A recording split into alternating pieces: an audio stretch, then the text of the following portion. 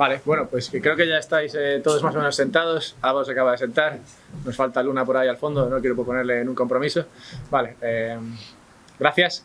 Vamos a hablar de si Bitcoin bueno, puede ser dinero y sobre todo de si necesita el crédito para serlo. Y creo que es un buen día este en concreto en el que nos sentamos aquí para hacer esto, porque hoy hace 2 años que Gael y Manuel Polavieja, perdón, no se he presentado, Gael Polavieja Manuel Polavieja y Gael Sánchez Smith estuvieron hace 2 años, justo esta semana, en el podcast de Essential que está ahí al fondo, Lunaticoin, hablando de precisamente este tema. Entonces, hace 2 años se sentaron con él para hablar de si Bitcoin podía ser dinero, y desde 2021 hasta hoy han pasado muchas cosas. Entonces, bueno, vamos a empezar revisitando un poco las posturas de ambos desde entonces hasta hoy, a ver si han cambiado o si no han cambiado, y luego introducir algunos de los aspectos y de las cosas que han ocurrido en estos 2 años que, en cuanto a la posibilidad o no de Bitcoin ser dinero, me parece que son importantes considerar. Así que, bueno, he medio introducido a los ponentes, así que si os parece, pues empezamos, y me gustaría comenzar con Manuel comentando, si te parece, tu postura general sobre si Bitcoin puede ser dinero en algún momento. Muy bien, bueno, pues muchas gracias por la invitación, gracias a la UFM. A ver, yo tengo serias dudas de que Bitcoin pueda llegar a ser dinero porque por su volatilidad. A lo largo de la mañana ha salido esta cuestión varias veces y yo no hablo de la volatilidad que pueda tener en esa fase de adopción, donde lógicamente pues hasta que se descubre que las propiedades del tema en cuestión, pues hay mucha prueba y error, y lógicamente el mercado especula y es una fase pues que lógicamente tiene que tener volatilidad. Yo creo que estamos todos de acuerdo que estamos hablando ya, nos estamos poniendo en una situación donde ya todo el mundo conoce Bitcoin y un poco pues su adopción o su conocimiento, el conocimiento de sus propiedades ya es generalizado, pues a partir de ese momento ver si es lo suficientemente estable como para ser dinero o no. Se ha hablado también sobre la definición de dinero, que es medio generalmente aceptado, pero que es una definición, pero ¿dónde generalmente aceptado qué es, no? Yo creo que ahí hay 2 cosas que decir. Una, lo de generalmente aceptado, si nos queremos poner así un poco tiquismiquis, sí que se le puede poner pegas a la definición, pero luego en el fondo todo el mundo sabemos, como un elefante, ¿esto es un elefante o no es un elefante? Pues esto es dinero, en el fondo todos lo sabemos. Aunque no podamos dar una definición científica exacta, todos lo sabemos. Y yo creo que el proxy que hay que mejor nos lo dice es si es unidad de cuenta o no. Yo tiendo a pensar que, de hecho, la función de unidad de cuenta es la más importante del dinero. Entonces, pues muchas veces Bitcoin puede ser medio de pago, pero estamos haciendo las cuentas en dólares o en euros. Entonces, tantos Bitcoin por este servicio, por esta mercancía, que el precio está puesto en euros porque es la unidad de cuenta, o en dólares. Entonces, para que pueda ser unidad de cuenta, es muy importante que sea estable, y ahí es donde entra pues el problema de la oferta fija, y que si la demanda es volátil y tenemos una oferta fija, pues entonces es complicado que se pueda absorber esas fluctuaciones de la demanda, esa volatilidad de la demanda, con una oferta fija, y la única manera es que se acomode vía precio y por tanto volatilidad. Sí, refiriéndome a lo de la unidad de cuenta, ahora paso con Gael y su postura, a ver si ha evolucionado en estos 2 años, pero hace poco encontré una página web que vende coches por Bitcoin, y es una página que se puso de moda cuando el último bull run, imagínate, cuando el precio estaba entre 50 y 60 mil, y imagino que vendieron bastantes coches por Bitcoin y luego dejaron de funcionar y dejaron de actualizar los precios.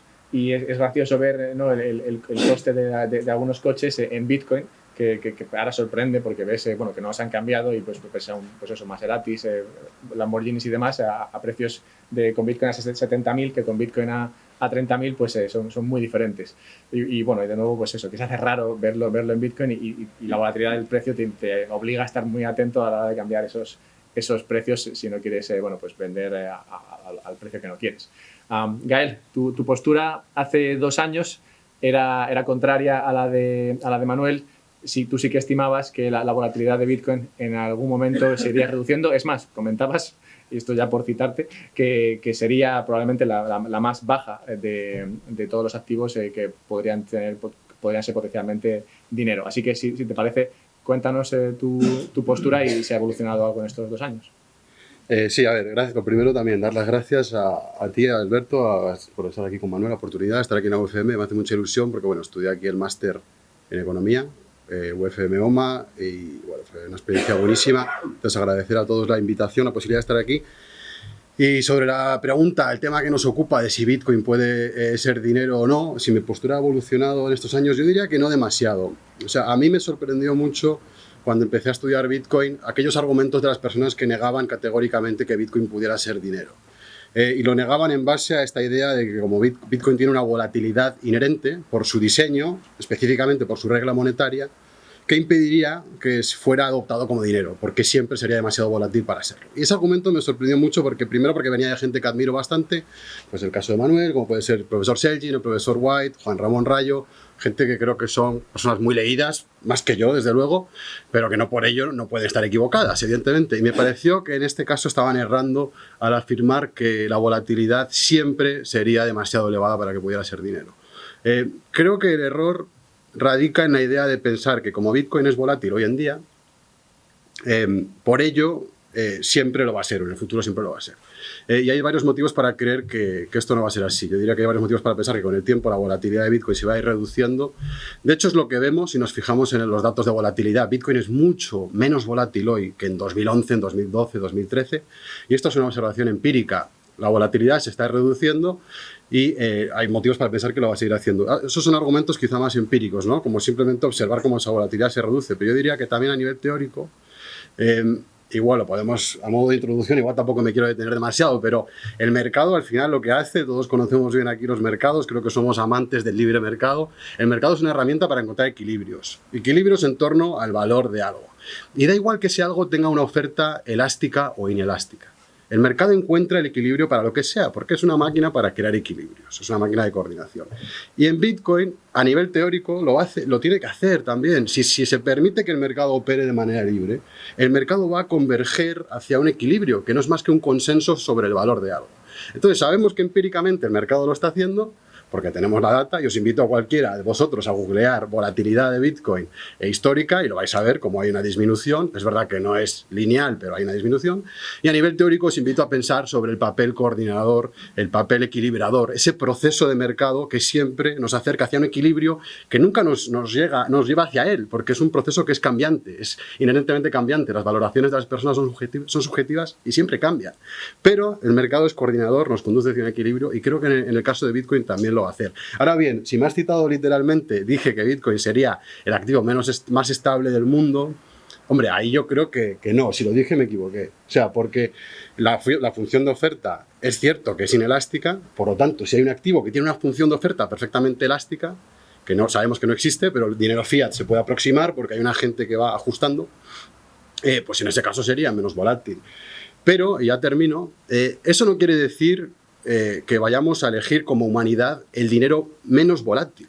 O sea, la acción humana, que todos sabemos aquí que es subjetiva, ya nos lo ha dicho la escuela austriaca, no está predeterminada, predispuesta a seleccionar la opción menos volátil. Hay otros atributos que tenemos en cuenta. La acción humana es subjetiva, es individual y perfectamente puede haber un equilibrio en torno a un dinero que sea un poco más volátil o igual quizá algo más volátil que el actual, pero que ofrezca otros beneficios como puede ser la privacidad, la no dependencia de terceros, la robustez, la transparencia, que no te vayan a aumentar la oferta con un shock de oferta como hace la Reserva Federal, etcétera, ¿no? Entonces, igual he dicho demasiado, pero yo creo que va por ahí las líneas. En el argumento que yo manejo es un poco pensar, por una parte, que Bitcoin no va a ser tan volátil como lo es hoy en día, yo creo que Manuel está de acuerdo, pero muy importante, el segundo pilar de mi argumento es entender que la acción humana no está predispuesta, no es un proceso determinístico que elige la opción menos volátil. La acción humana perfectamente puede elegir un dinero más volátil si confiere al individuo pues, otros beneficios, como en el caso de Bitcoin claramente lo hace.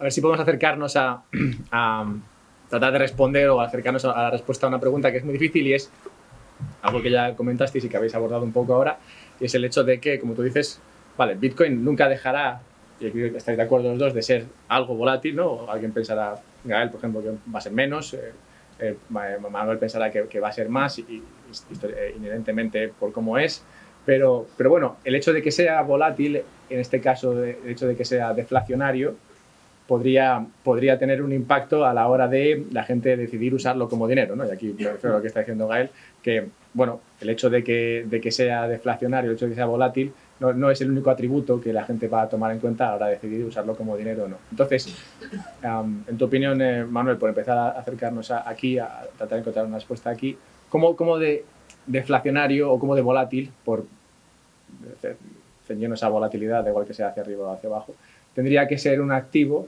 para poder ser empleado como dinero o para ser imposible totalmente que se convirtiese en dinero global?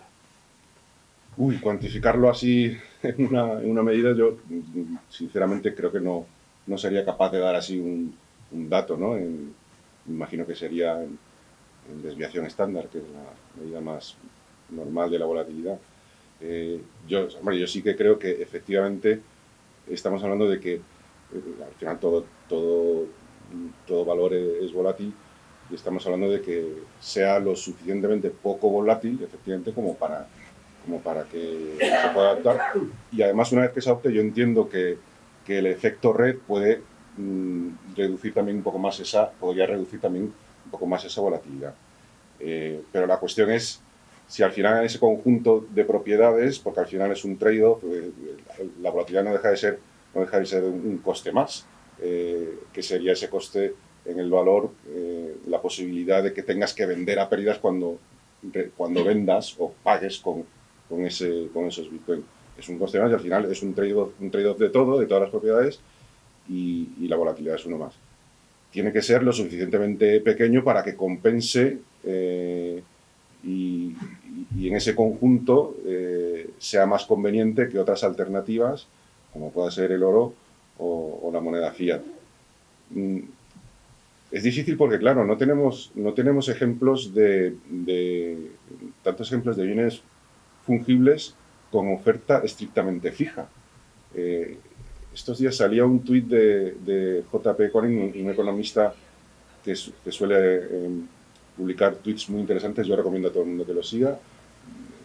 Sigue mucho Bitcoin, pero no le tiene mucha simpatía, es como un poco ácido con Bitcoin, pero bueno, al final escribe muchas cosas sobre Bitcoin, es crítico con Bitcoin y escribe muchas cosas interesantes. Yo creo que con Bitcoin hay que ser crítico, porque Bitcoin nace del adversarial thinking, y yo creo que es interesante verlo desde ese punto de vista. Y se acaba el caso lo diré bien, el Rial Yemení, el que utilizan en Yemen, la parte rebelde, que desde 2020 utiliza solo los billetes de impresos hasta 2016, es una cantidad fija, que además, según se vayan estropeando, pues incluso irán a menos, ¿no?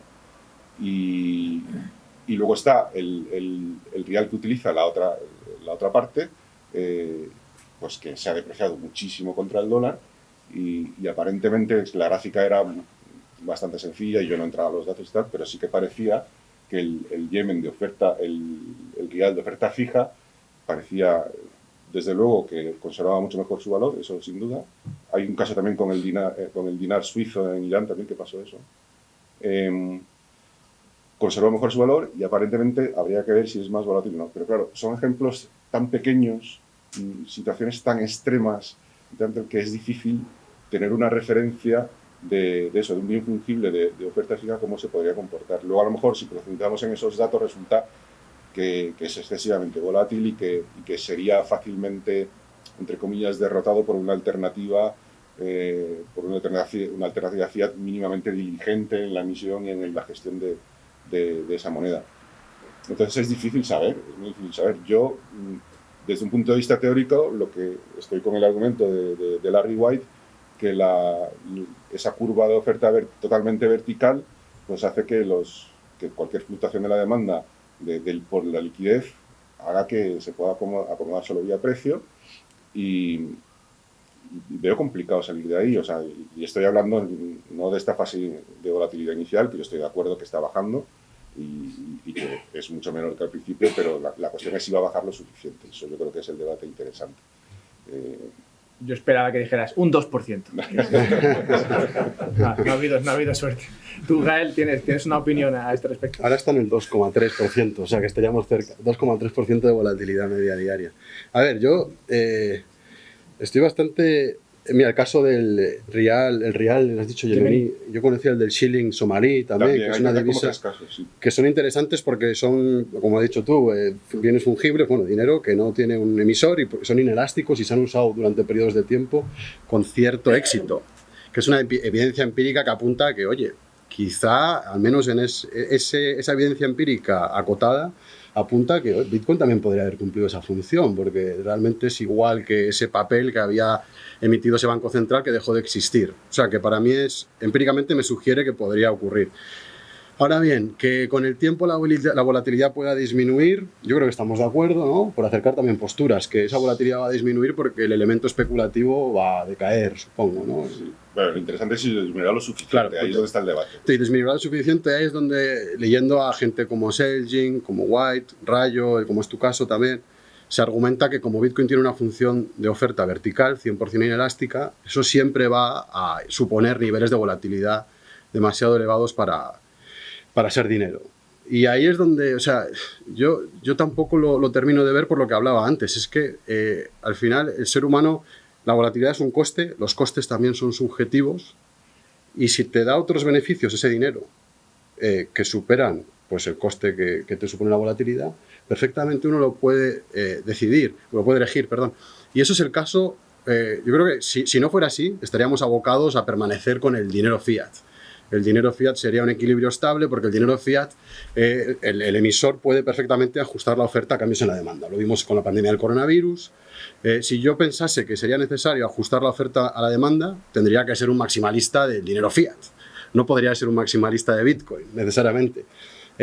Porque es el único dinero donde el emisor arbitrariamente puede ajustar la oferta a cambios en la demanda. Ni siquiera un sistema de reserva fraccionaria con libertad bancaria puede conseguir ajustar la oferta a cambios en la demanda. No es real, no es realista eso, nunca ha ocurrido y teóricamente no puede ocurrir. Pensemos en una pandemia como el coronavirus, un sistema de banca libre no habría podido ajustar la oferta a unos cambios en la demanda tan drásticos, ¿no? Entonces, como no creo que eso sea necesario, ajustar la oferta a cambios en la demanda, creo que el ajuste vía precios puede darse sin problemas, porque el mercado al final es lo que hace, ajustar precios, encontrar equilibrios. Creo que Bitcoin sería factible. Y aquí es donde quiero compartir una reflexión con todos los que estamos aquí, contigo, Manuel, con Alberto, que también la he tenido muy presente a lo largo de investigar este debate, que es, creo que muchas veces se confunde el argumento normativo sobre el dinero deseable con el argumento positivo, descriptivo, sobre el argumento factible, verosímil, que el mercado puede elegir. Son dos cosas diferentes. Una cosa es, este sistema monetario es deseable, y otra cosa es, este dinero monetario es posible, la gente lo puede adoptar. El ideal va a depender mucho de la ideología de cada uno. Un liberal clásico te va a decir que el dinero deseable, el ideal es uno. Un comunista te va a decir que es otro completamente diferente. Un libertario, otro. Un anarcocapitalista, otro. El dinero deseable depende mucho de la ideología. Pero el dinero que es posible, que la gente pueda adoptar, es independiente de la ideología. Si el ser humano lo adopta, pues es posible que se adopte como dinero independientemente de la ideología de cada uno. Yo creo que muchas veces los argumentos que giran en torno a la oferta rígida de Bitcoin, que apuntan a que habría demasiados ajustes de precio, que eso produciría ineficiencias económicas, realmente se están quedando en la esfera de lo deseable y no de lo que puede ocurrir, que puede ser un equilibrio que no sea el óptimo según una ideología u otra.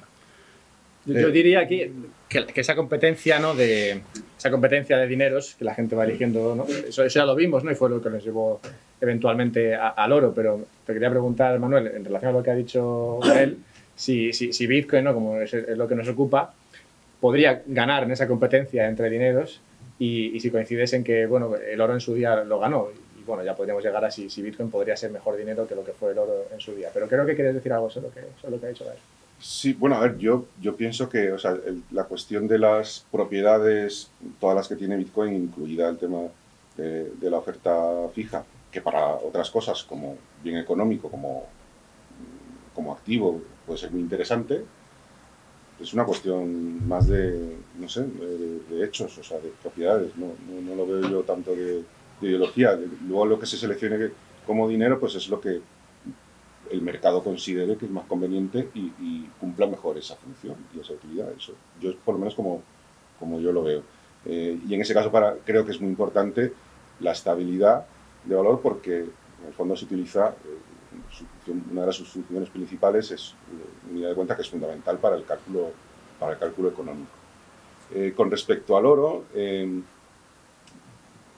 una diferencia importante que yo veo ahí y es que el oro, al ser un recurso natural, tiene un mecanismo de estabilización en su precio o en su valor, que es que cuando, por la razón que sea, la demanda sube, empuja el precio hacia arriba, hay un incentivo a que aumente la oferta, ¿no? Esto pasa además con todos los recursos naturales.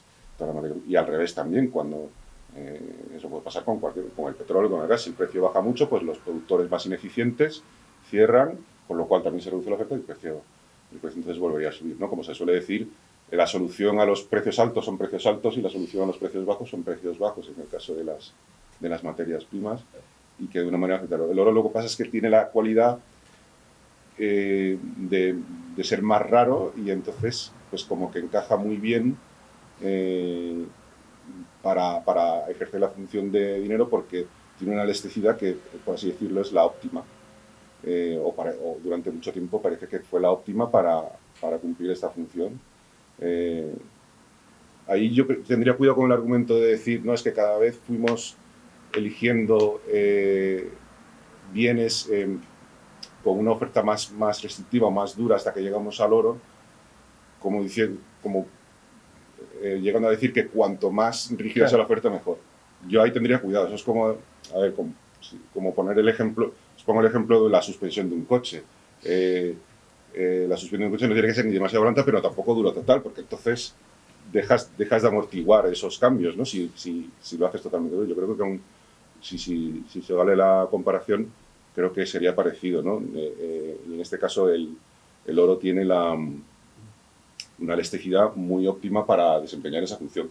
Pero también hay que decir que el mercado al final, yo soy de los que piensa que aquí esto puede ser un poco polémico, ¿no? Porque ¿no? La moneda fiat está impuesta y tal. Yo creo que el mercado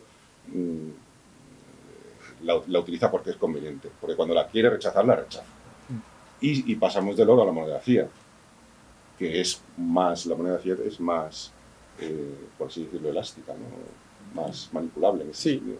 Además, por apuntar además una cosa con lo del oro, el oro no fenece, digamos que el oro todo lo que se construyó en su día, o sea, todo lo que se descubrió en su día y se extrajo en su día, sí que sigue con nosotros, mientras que en el caso de Bitcoin encima tienes Bitcoins que se pierden continuamente, lo cual, bueno, hace todavía al Bitcoin más deflacionario que al oro. Pero justo del oro salió este tema en la charla que tuvisteis hace un par de años y a relación de cuando Inglaterra, en ese periodo de patrón oro, entre 1810 y 1860, que comentabas en la charla con Lunático y con Manuel, comentabas que en ese periodo pues, se usó el oro como dinero, digamos, como respaldo de la moneda de la libra inglesa, y eso creó un periodo de crecimiento en Inglaterra.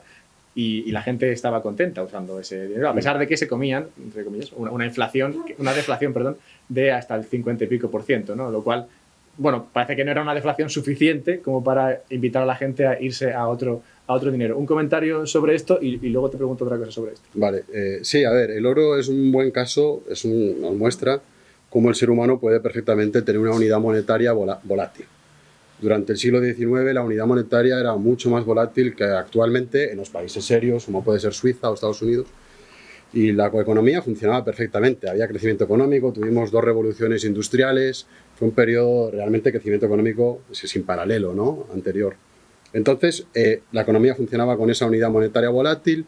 Creo que actualmente, yo creo sinceramente que el fetichismo o la obsesión con que la unidad monetaria sea tan estable viene de la ideología que pretende justificar, que no creo que sea tu caso, Manuel, pero creo que en general dentro de la economía, de justificar la necesidad de un banco central. O sea, se nos dice, la economía tiene una gran parte de mitología, o sea, muchos constructos económicos, teorías económicas, al final los seres humanos, como tenemos esa capacidad para actuar subjetivamente, la mitología que se crea alrededor de un cierto sistema económico es muy importante, ya sea la comunista, la socialista, la liberal, porque si nos creemos esa mitología, pues lo vamos a aceptar. Creo que parte del dinero fiat busca que la mitología se imponga en cuanto a la necesidad de tener una unidad de cuenta estable.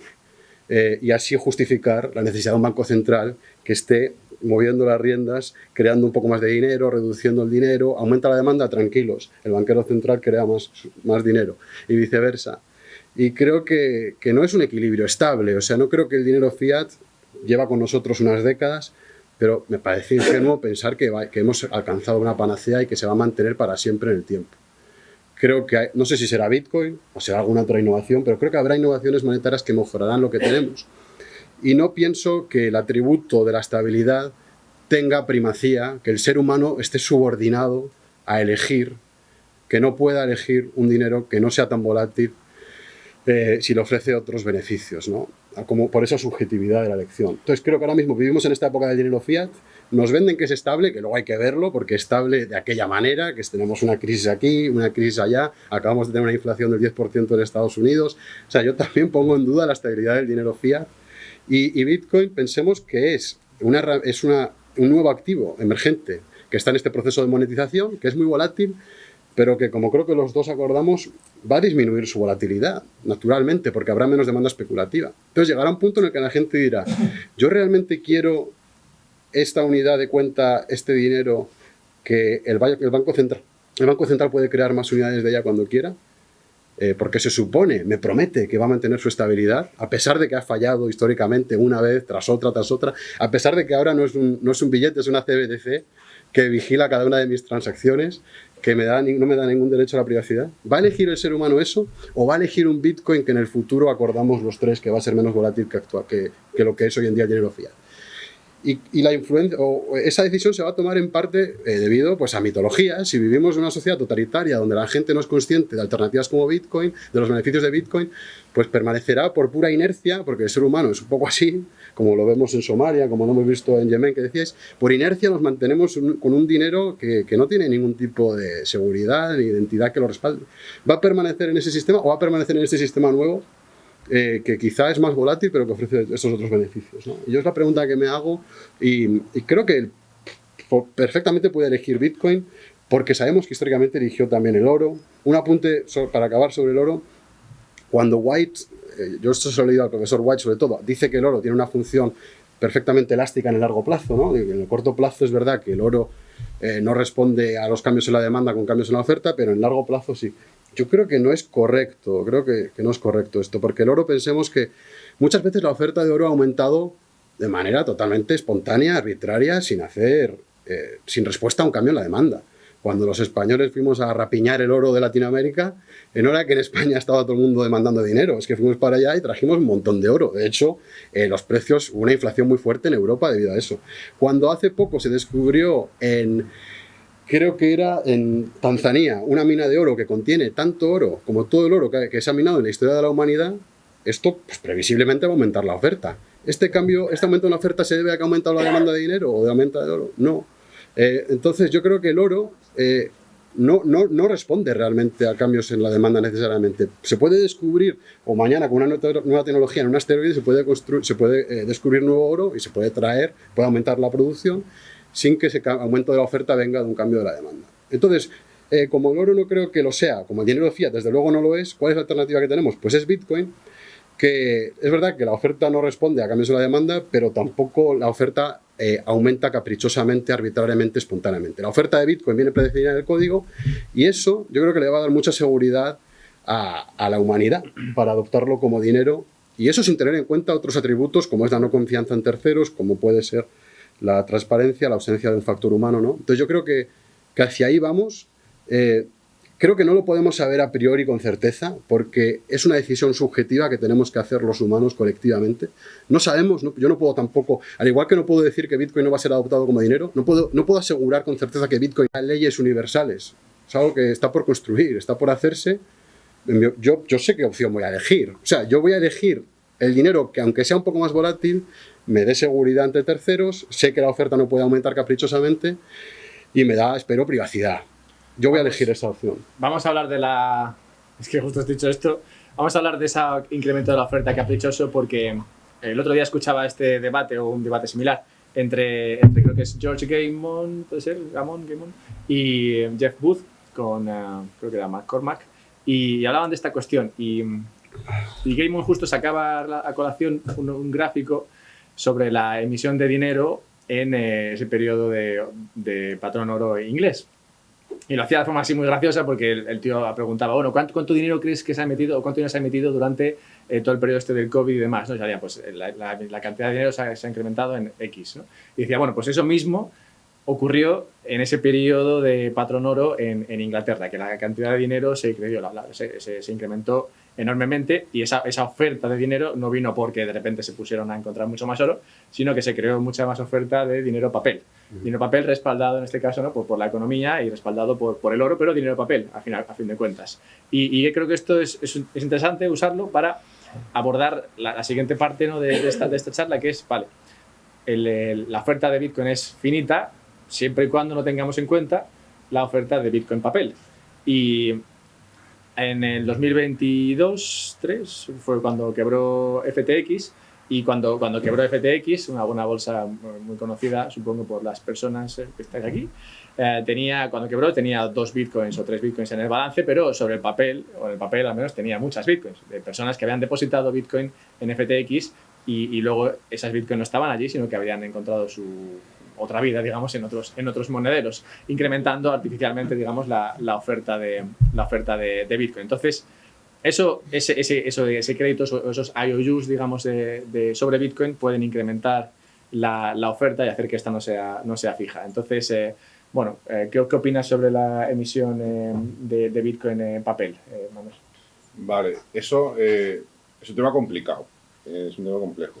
En el caso de FTX, bueno, ahí se puede hablar que también directamente eso era un fraude porque eran unos bitcoins supuestamente en custodia, diríamos custodia 100%, igual que cuando tienes unas acciones en tu banco o en tu broker, pues se supone que las tiene que tener custodiadas y no las puede vender, aunque sí las prestan muchas veces, ¿no? Pero bueno, sí, bueno, y el ETF hará eso, ese es el negocio de los ETFs. Sí, bueno, depende de la regulación, pero bueno, dependerá de la regulación de si les permiten prestarlas o no. Sí, Fidelity, por ejemplo, en su offering, ¿no? El ETF que plantean crear es uno que funciona así. Y el rendimiento para Fidelity viene precisamente de prestar.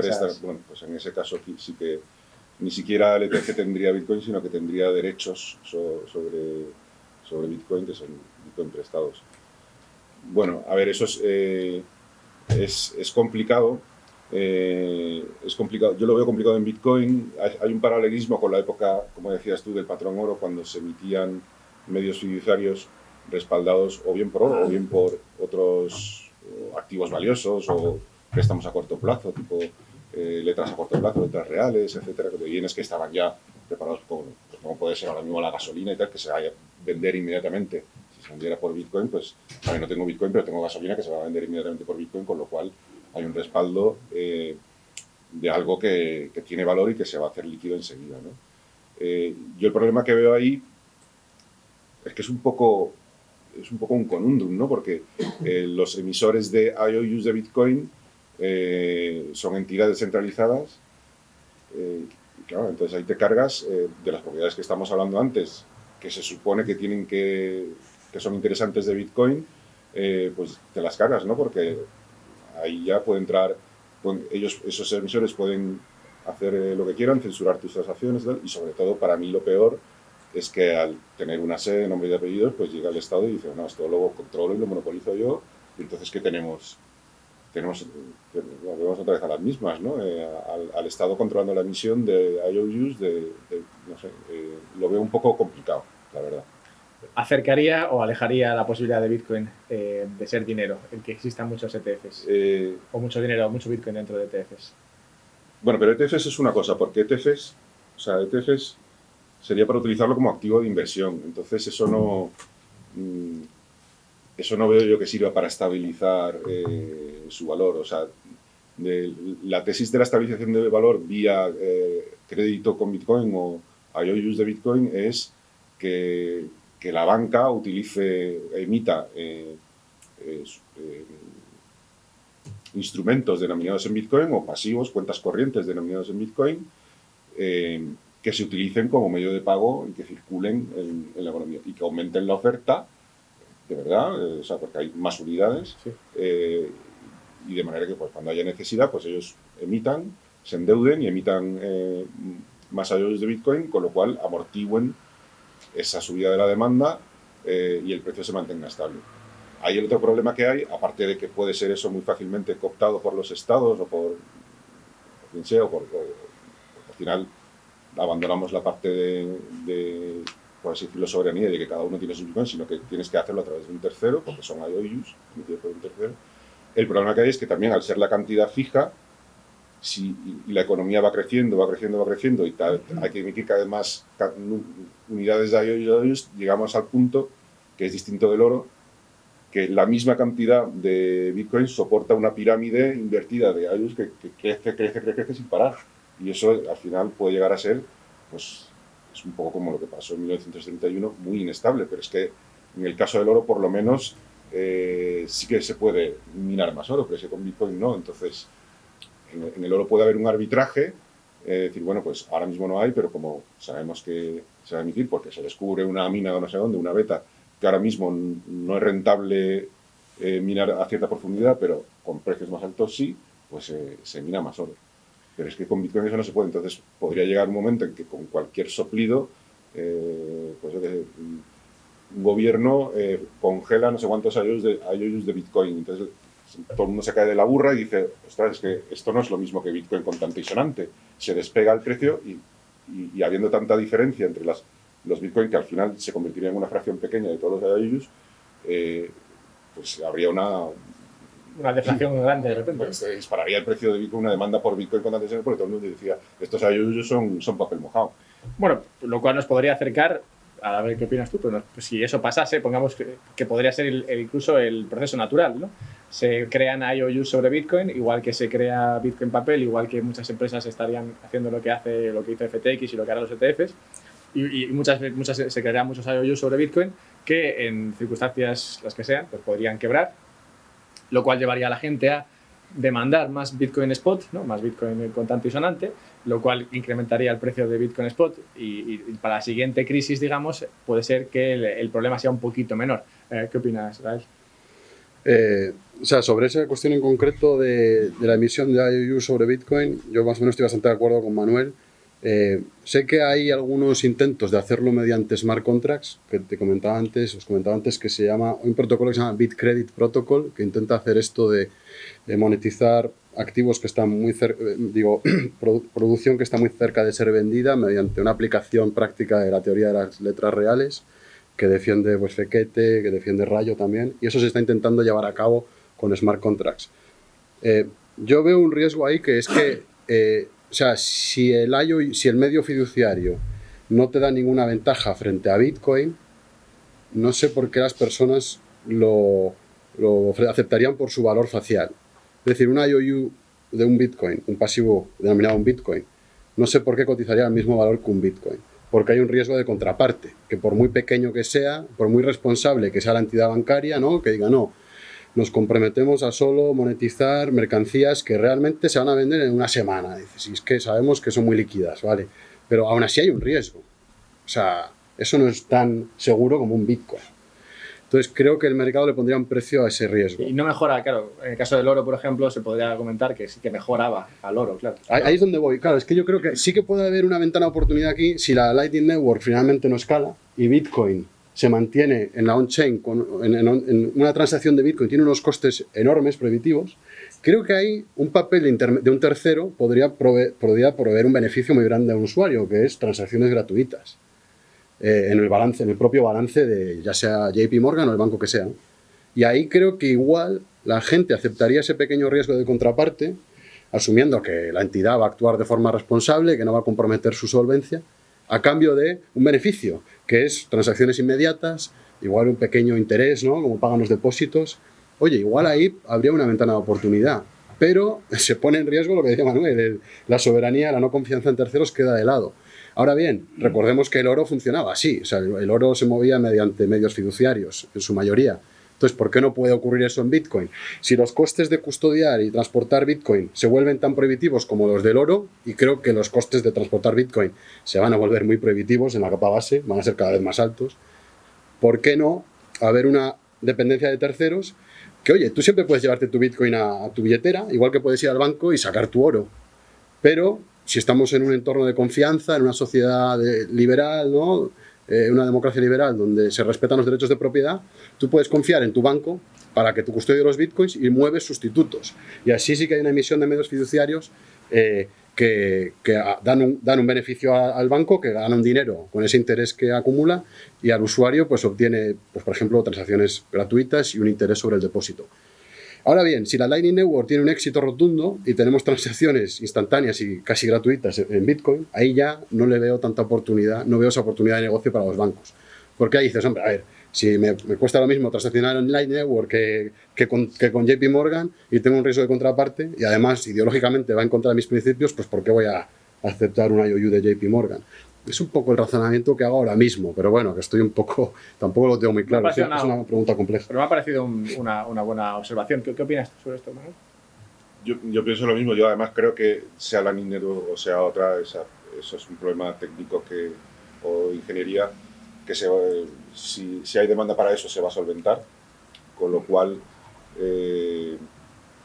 ahí la oportunidad, como dice Gael, yo creo que va a ser complicada que la tengan para poder ofrecer sustitutos de Bitcoin que no sean tan caros como la capa base, porque si ya hay una oportunidad, o sea, una alternativa para hacerlo sin ellos, pues ya tendrían que pagar muchos intereses y yo no sé ahí si no veo que salgan las cuentas. Vale, hablando de sustitutos y para cerrar, para dejar un poco de tiempo para preguntas, una cosa que os comentaba antes de la charla era que este año la volatilidad, y lo ha comentado ya Gael un poco, la volatilidad de Bitcoin está muy baja, está tan baja que ha sido menor, bastante menor que la de los treasuries americanos. Los treasuries americanos es lo que todos los emisores de dinero papel tienen en su balance. Bueno, no todos, pero en su gran mayoría. Entonces usan ese activo, que sería el bono americano, como respaldo para dinero que luego crean y que entra en la economía, esa oferta monetaria.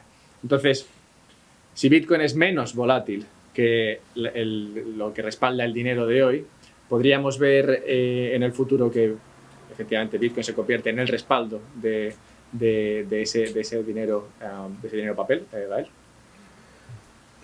Sí, o sea, yo creo que Bitcoin sí que puede jugar un papel dentro del balance de un banco central, al igual que lo hacía el oro. Es un futuro que no descartaría. Y sobre la volatilidad de los bonos actualmente frente a la volatilidad de Bitcoin, que es mucho más baja la de Bitcoin, de nuevo, yo creo que con el tiempo esa volatilidad de Bitcoin va a continuar disminuyéndose. Creo que Bitcoin es una buena inversión ahora, o puede ser una buena inversión, precisamente porque es volátil, pero cuando ya haya un cierto consenso sobre el valor de Bitcoin, pues dejará de ser una buena inversión, porque si ya hay un consenso que no va a comprar como especulación, y podrá ser un buen dinero. Y podrá ser un buen dinero para un banco central, para un banco comercial o para un particular. Ese es el camino que yo vislumbro. O sea, que puedo estar equivocado porque tampoco es algo que podamos saber a priori, yo creo. Pero lo que me parece innegable es que va a haber un mayor consenso sobre el valor de Bitcoin. Ahora mismo, Warren Buffett y Charlie Munger dicen que es veneno para ratas y que el valor es 0. Y Cathie Wood dice que es 3 millones de dólares. Y cuando preguntas a un inversor, no hay ningún tipo de consenso sobre cuál es el valor de Bitcoin. Yo creo que esa asimetría, con el tiempo, el mercado tiene que llegar a un mayor equilibrio.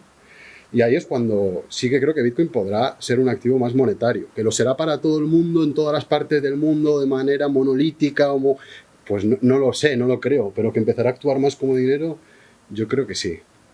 ¿Algo sobre los treasuries y Bitcoin?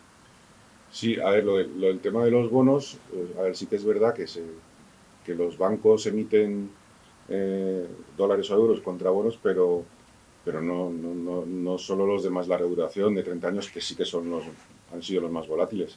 De hecho, eso no es lo más prudente. Por la duración. Claro, no es lo más prudente que debe hacer un banco. Eso, bueno, pues en la escuela bancaria precisamente las personas que defienden la emisión de IOUs para estabilizar, no como objetivo, sino que por lo que sea se emitan IOUs que estabilizan la oferta monetaria, pues siempre se habla de un comportamiento mucho más diligente que llenar el balance de hipotecas a 40 años y bueno, no, sí, hay que tener un balance equilibrado con los plazos más o menos calzados y que esté respaldado sobre todo por activos más líquidos. Y los activos líquidos de verdad y que de verdad realmente utilizan el propio Tether, es el que emite dólares o criptodólares, por así decirlo, lo ha hecho bastante bien. Y ¿por qué? Porque tenía letras a corto plazo, que eso sí se ha comportado bien y no ha dado problemas. Porque claro, como van a vencer y vencen a la cantidad de pues si son $100, vencen a $100, ahí no hay posibilidad de... Sí, pero claro, hay una cantidad máxima, digamos, de bonos o letras a un año, ¿no?, que puedes emitir, que igual puede no ser suficiente para ser el respaldo de... Sí, bueno, ahí eso lo que provoca luego son cambios en los rendimientos y en los tipos de interés y tal, y por eso a veces en su momento se dan, por ejemplo, cuando lo del COVID hubo mucha demanda de este tipo de instrumentos y los tipos de interés se hundieron, ¿no?, y llegaron a ser negativos. Pero que yo creo que las letras a corto plazo sí que son estables. O sea, no veo yo que sea, entre comillas, justa la comparativa con los bonos de larga duración, creo yo. Vale. Un apunte, porque sí que hay una cosa que es interesante pensar también sobre, que es que esa caída del precio de los bonos ha afectado a los balances de los bancos centrales. O sea, los bancos centrales están llenos de bonos, a muchos de ellos de larga duración, que han caído, lo que has dicho tú, un 40%. Depende del momento, pero sí. Alrededor. O sea, que los bancos centrales del mundo están en una situación de insolvencia técnica. Tú miras el balance, el activo y el pasivo. Y los bancos comerciales también. Sí, los comerciales, sí, pero los centrales, que es algo que intuitivamente no tendemos a pensar, también lo están. O sea, que sí, pues puedes ver el banco central suizo y el japonés que cotizan en bolsa están como las shitcoins, o sea, están a cero. Claro. Puedes ver el gráfico, es muy gracioso. Y el tesoro tiene que igual que el tesoro ha estado recibiendo pagos durante los años cuando estaban los tipos de interés muy bajos, pues ahora es al revés. El tesoro tiene que... O sea, que hay una recapitalización de los bancos centrales que se lleva a cabo mediante pagos del tesoro. O sea, el sistema de fiat, fijaros que por mucho que nos vendan que es estable, tiene unos problemas estructurales muy serios y ahí a mí tampoco me sorprendería que un banco central, esto es una idea igual un poco más out there, ¿no?, que un banco central que quiera recapitalizarse pueda hacerlo con Bitcoin. Porque si añade Bitcoin a su activo, el Bitcoin se hace un 10x, sobre todo si lo anuncia a posteriori, después de haber añadido Bitcoin a su activo. Recordemos que los bancos centrales tienen oro. Puede perfectamente añadir Bitcoin y ya está, el activo de repente, el Bitcoin te hace un 10x y te has recapitalizado. Incluso te diría que podríamos verlo más en monedas que se aprecien y que busquen depreciarse vendiendo moneda contra un activo, en este caso contra Bitcoin. Sí. Ahí lo que pasa también es que si los gobiernos, o sea, si la moneda fiat acaba colapsando de esa manera, que todas las papeletas estoy de acuerdo en hacerlo, pero también es porque vaya tela como fuerzan sobre todo los gobiernos, ¿no? Porque teniendo ellos el activo, que no hay nada tan seguro en la vida como la muerte y Hacienda. Entonces, si tu activo lo que son impuestos, pues esos bonos, por muy poco que valgan ahora, muy mal lo tienes que hacer para no acabar cobrando esos impuestos, que además son un porcentaje de la producción, porque los impuestos no nos dicen vas a pagar $100, no, vas a pagar un porcentaje de lo que tú ganes y si la moneda vale menos, pues me pagarás más moneda, ¿no? Entonces, con eso, o sea, teniendo esa ventaja tan grande, o sea, al final el gobierno, si lo juntamos un poco todo, el gobierno con el Banco Central tiene un activo valiosísimo que es, ahora mismo me da esto. Y entonces, emitir contra eso, pues muy mal hay que hacerlo para que nos hagan las cuentas. Y de hecho, pues lo están llegando a hacer, ¿no? Pero claro, tienen... ¿Qué capacidad? Pero un gobierno más diligente, pues si contando con esa ventaja, pues siempre va a ser un competidor, creo yo, serio, desgraciadamente. Otra cosa es que no hubiera impuestos, pero ya, no sé, quizás eso es pensar demasiado de ciencia ficción. Vale, quiero dejar unos pocos minutos para preguntas, pero antes me gustaría que Gael, que ha hablado mucho sobre cómo el mundo se acerca o trata de acercarse a un valor sobre Bitcoin, hable un momento de lo que lleva aquí en la camiseta. Ah, sí. ¿Me permitís la cuña publicitaria rápida? Me pongo la gorra del emprendedor. Hemos empezado Alpha Bitcoin hace unos pocos meses, que, a ver, es una cuña publicitaria que va muy en sintonía para que veáis que pongo mi tiempo donde pongo mi palabra y mi elucubración teórica. Realmente, como pensamos que Bitcoin con el tiempo va a ser pues realmente mucho más estable y un activo casi aburrido, que la oportunidad está ahora porque es volátil y porque está monetizándose, hemos creado esta empresa, Alpha Bitcoin, donde desarrollamos herramientas, indicadores para analizar el precio y determinar pues, dónde se encuentra Bitcoin en esos ciclos de revalorización y de evaluación que tiene. Es una empresa joven, hemos empezado hace poco, pero os invito a todos a entrar a alphabitcoin.io.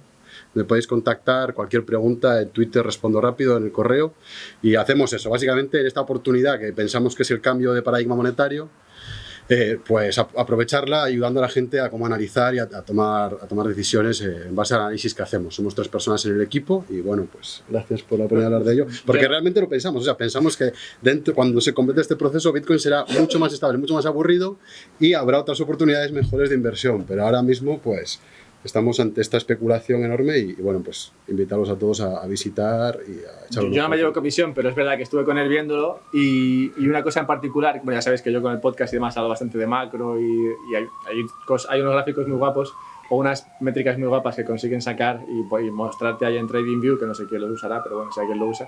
Y no, eso la verdad es que me pareció muy útil y lo iba a enseñar en mi podcast, pero justo en ese momento dejé de hacer entrevistas. Bueno, ya lo enseñaremos, pero no, si no, miradlo ahí porque la verdad es que está bastante bien.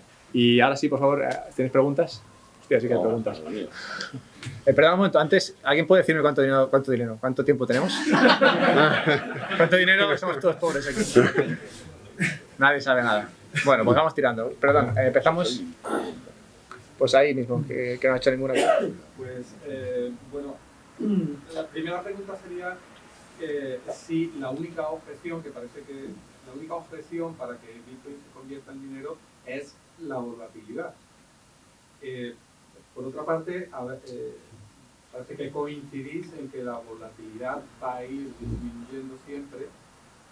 Sin embargo, Manuel opina que no es suficiente como para convertirse en dinero. ¿Eso significaría, en tu opinión, que nos iríamos acercando asintóticamente a un valor de volatilidad que, bueno, haciéndole un guiño a Gael, pues digamos que es un valor alfa, mientras que el valor objetivo ideal de volatilidad sería un valor beta que estaría por debajo, ¿no? Y lejano, ¿no? Si nos acercamos asintóticamente significa que la volatilidad tendería a cero.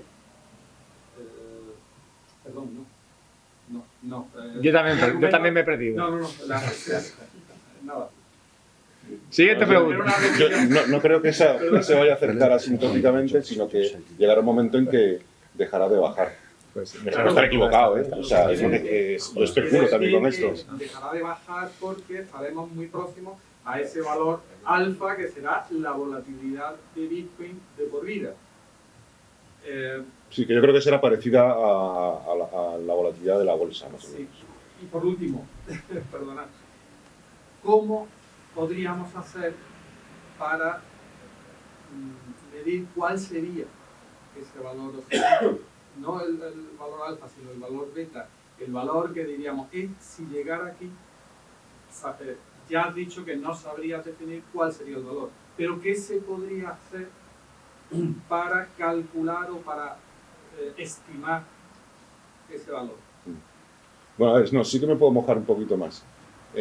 Yo creo que la función que en caso de no ser dinero cumpliría Bitcoin sería como un activo especulativo donde poder aparcar parte de la riqueza y que tendría un comportamiento similar o parecido al comportamiento del crecimiento económico mundial o lo que sería un índice de bolsa mundial, y tendría esa misma volatilidad Pues porque según va creciendo la economía y Bitcoin desempeña ese papel en conjunto con la economía y con el crecimiento de esa economía, pues sería un reflejo, una alternativa, una posibilidad más simple que la de un índice bursátil, porque Bitcoin es un activo mucho más simple, es un conjunto de unidades y ya está.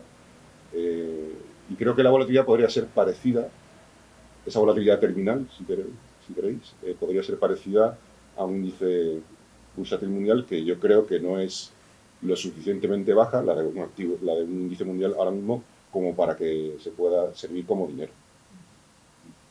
¿Por qué no puede llegar a eso? ¿Por qué? Sí, en tu opinión, no puede llegar a ese nivel. Sí, que podría llegar a ese nivel, pero que ese nivel no es la volatilidad suficientemente baja para... ¿Por qué no podría llegar a ese nivel que sí sería suficientemente bajo? Pues porque al final, si al final sigue el mismo comportamiento de la economía crece y Bitcoin sube de valor, a ver, es como, si no es volátil, es como, es un poco una cosa imposible, ¿no? Sería como dinero gratis, todo el mundo se apalancaría en ello, porque si esto va a subir siempre y siempre va a valer más, pues me apalanco todo lo que puedo y me vuelvo ultramillonario. Lo haría todo el mundo. Entonces, pero claro, y de hecho eso es un poco lo que pasa con la bolsa, como todo el mundo sabe que la bolsa a largo plazo va subiendo porque, gracias a Dios, pues el ser humano va progresando, pues eso es lo que hacemos, lo que hace el ser humano con la bolsa. Entonces eso provoca en sí mismo ya la volatilidad, porque produce esos ciclos de que me apalanco, si quieres con deuda o si quieres colocando más patrimonio de que en un momento dado debería en un activo volátil a un precio, a unas valoraciones exageradas. Entonces pues tenemos esos movimientos de sierra que son totalmente normales en la bolsa, y para mí son normales con moneda fiat y sin moneda fiat. Eso es algo que tiene que ser, que es así. A ver, que había más preguntas y hay gente también alfa y gente beta. Tenemos un alfa ahí al fondo que no sale mucho del sur, así que vamos a dejarle preguntar a él. Pardon me, I'm going to ask my question in English because I don't trust my Spanish enough for this sort of thing. Larry White isn't here, but I'm the next best thing. And I need to have, I'm going to respond, I want to say, respond a little bit to Mr. Sanchez's characterization of Larry's remarks on gold being, tending to be self-stabilizing. Larry is very fair to Bitcoin and gold people in his book, and he explicitly recognizes that there have been discoveries of gold. But these discoveries have been accidental. They haven't been driven by the fact that gold is worth more than it has been in the past. But he's very explicit, even when you have these discoveries, eventually the fact that the price of gold rises, it causes a countervailing reaction, and that's why the record shows that the long-run purchasing power of money under a gold standard is very, very stable for long run. One last thing on this. When we look at just how serious these gold supply shocks that did occur, like the price, so what we call all that Mexican silver in American English is the price revolution. 150 years, the price level went up by a factor of something like 5 or 6. If you calculate the annual rate of inflation that translates into, it's 1.3%. So, let's put things in perspective. I'm not saying 1.3% is great, but that's the worst of the gold supply shocks on record. So, it's not that serious even in the short run a problem compared to what fiat monies do every day before breakfast. Thank you.